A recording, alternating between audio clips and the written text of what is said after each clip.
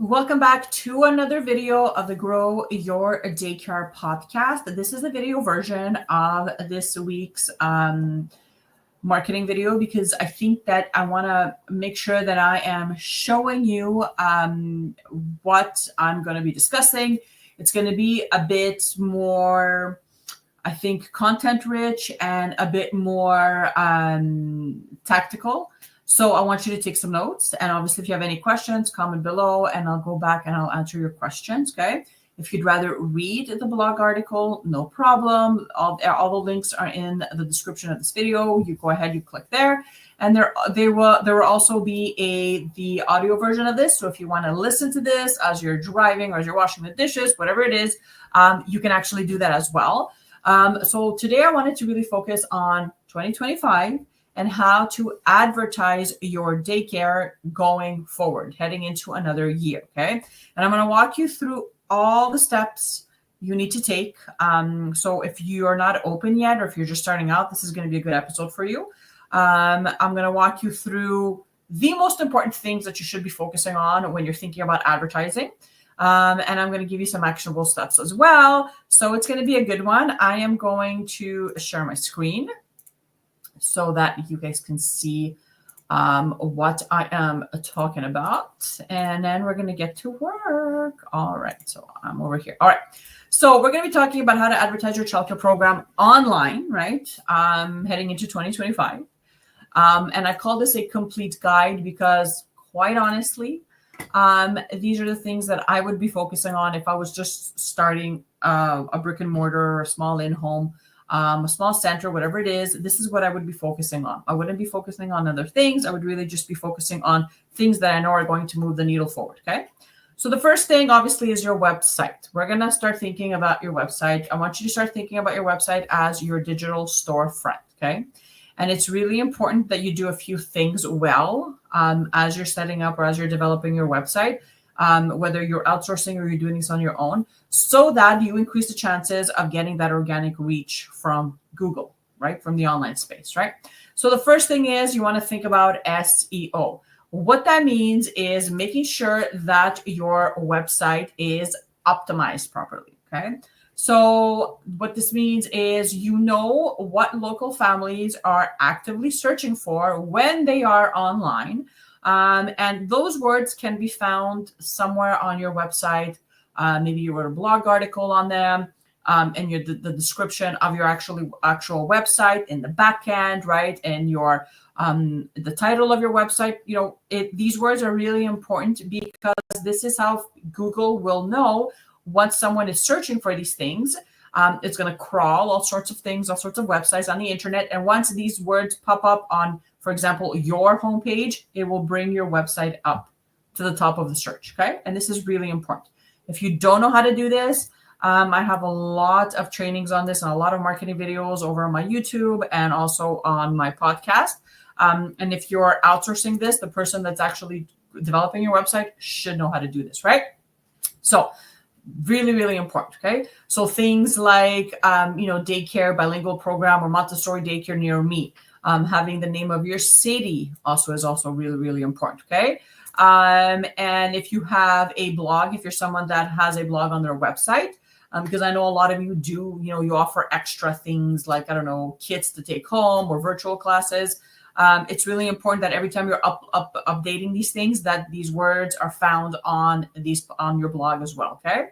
The other thing I want you to think about is mobile optimization. This is not anything that is new. More people are using their devices to scroll throughout the day. They're not on a desktop, right, or on a laptop necessarily. They're on mobile devices. So we have to make sure that your website is mobile friendly, that it is optimized, that it loads quickly, that everything is aligned properly, that the pictures show up, that your navigation toolbar is there and it's set up properly, right? And obviously you have to make sure that it's optimized with the right keywords, but it's really, really important because if this is not done well and someone lands on your website and the page doesn't load quick enough, they're going to bounce. So we want to make sure that once we get their attention and they're on your website, that we keep them there with a website, a mobile website that is optimized, but also that has the right call to actions, right? So we want to make this super simple for people, because nowadays they have a low attention span, and they just don't want to deal with a lot of things. So we need to make this as simple as possible for them,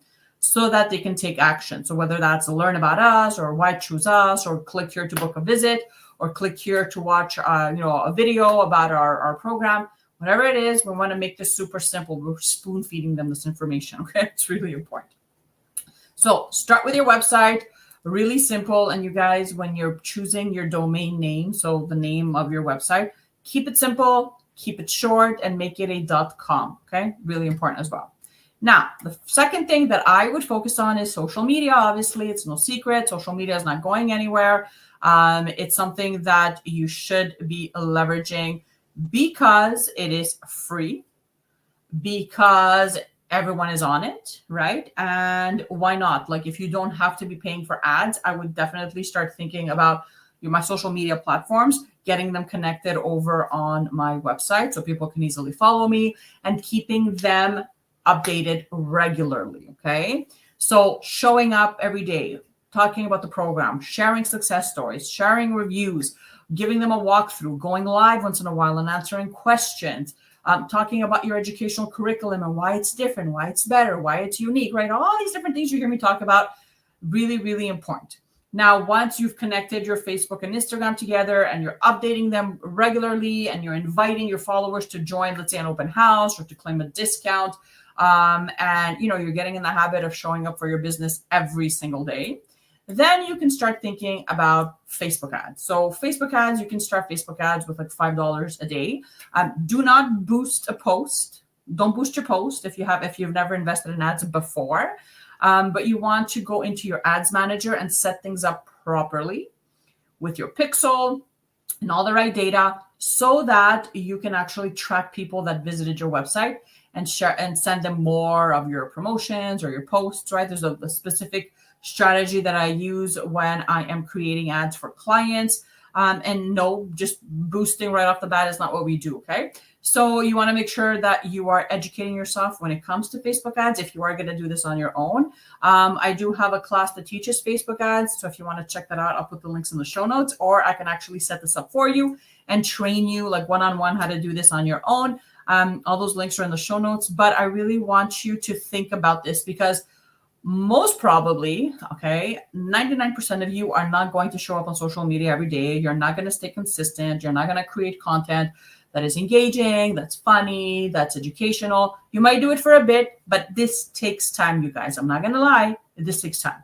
So if you don't have that time to commit and to learning how to do this and to actually putting in the work and creating all of this, then I would definitely be thinking about investing in like a very low budget campaign using Facebook ads and Instagram ads to really just to keep your page in the feed, right? This is all Facebook is going to do. You give them a couple of dollars a day, you tell them the area you want it to target, and then you put a few videos up, keeping you in the feed, informing parents about your enrollment or whatever it is. And then that's just going to go on and on until you decide to shut it off. Okay. So really, really important. If you are using Instagram, which probably you are, you want to make sure that you're using the right hashtags that your local audience is using in your community, to really increase your visibility and to get more people to follow you on Instagram and to get to know, about your program.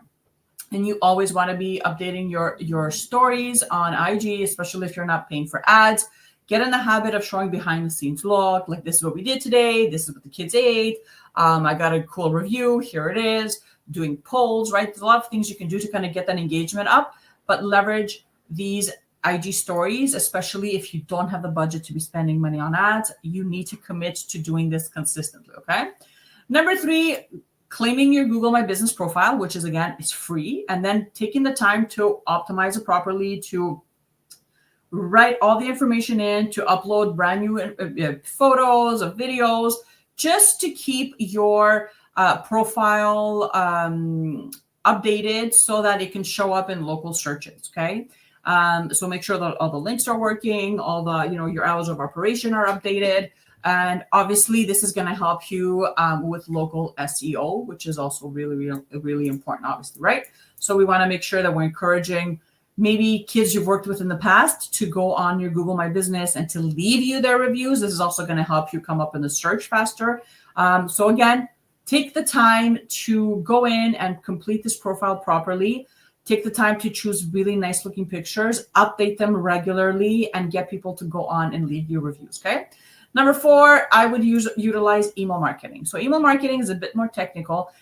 You would have to set up either a landing page or a form on your website, and you would lead people to this form by offering something. So this can be a newsletter, it can be a discount, it can be a free online class, it could be a PDF, a resource, something that you want to offer for free just to start your email list. Because not everyone that is going to go on your website, unfortunately, is going to enroll. But they might want to stay in contact with you. They might want to stay updated. Maybe they're not ready to enroll right now, but then maybe in a few months down the road, you never know, right? And we don't want to kind of shoo these people away because they're not ready to give you their credit card information. So it's a good idea to put up a form that you can leverage. So when down the line, when you have an open house or something to update your followers on, you can leverage this and with the click of a button, reach all these people one shot, okay? And also it's a great way for you to kind of nurture people that are not ready to enroll just yet. Maybe they just need a bit more kind of proof that, you know what you're doing and that you're awesome at it. So it's a great way for you to kind of nurture that relationship with them with your newsletters, which I hope that you will be sending out at least once every couple of weeks, okay? Number 5, I would get really comfortable with video marketing, okay? So there's a huge opt-out rollout that's coming out, and we won't be able to kind of track or retarget people that, let's say, clicked on your website, for example, right? If they decide to opt out of that tracking, then you as a marketer won't be able to, for example, track them inside your ads manager. So get comfortable with video marketing, okay? Whether that's recording short little reels, how-to videos, a Tip Tuesday, recording the kids running around and just talking a little bit about what you're doing in the morning, going live once in a while. Get comfortable with videos and encourage moms and dads to leave you video reviews and testimonials. It's just a great way for you to increase your know, like, and trust factor and to get more people to notice you. And I know it's so different when you see a video versus you just see a random flyer, right? Because you don't know, like a flyer is not going to babysit or watch your kid, right? But if you see a person long enough and you start to listen to their videos, read their content, go on their website, you keep seeing their content on your social media platform, then the chances of you actually feeling like, more comfortable around that person is so much more different versus just like a flyer every couple of days, right? Number 6, I would definitely think about running Facebook and Instagram and Google ads as well. So if you don't have a huge ad budget, you can actually start running Google ads for $2 a day, which is just like basically they'll sponsor your listing and they'll kind of bring it up when someone searches, which is also, it's great.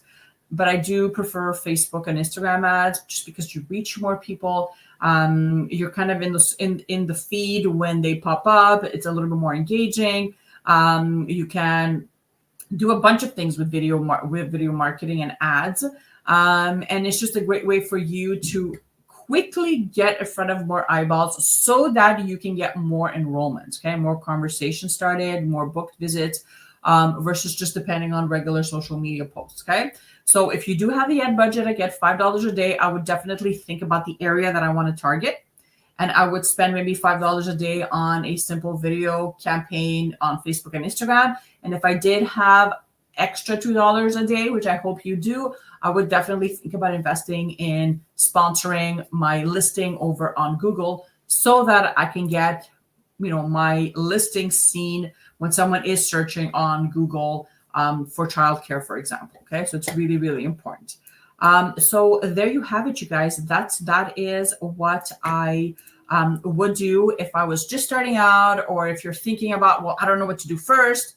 That's exactly what I would focus on. And I would get real comfortable in learning and testing and trying again and not giving up, because I think a lot of the times what happens is we do something, it doesn't work overnight, and then we just think, oh, Facebook ads don't work, or posting on social doesn't work, or Google ads don't work. But they do. You just have to give them time, and you have to understand how to use the platforms, and how to track your data, obviously, and then how to go in and tweak and test different things until you get the results that you want. Now, if you need help advertising your daycare, we just started a school community, which is really cool. There's a lot of classrooms in there, a lot of trainings. So whether you're looking for someone to run your ads for you, or whether you're learning to learn ads yourself, or even if you just want something to post every single day on your platform, we got you covered. Links are in the description of this video. Make sure you check those out. I hope that this training blesses you and your business. If you do have any questions, comment underneath and I'll go back and I'll answer them. Love you guys, and I'll see you guys again.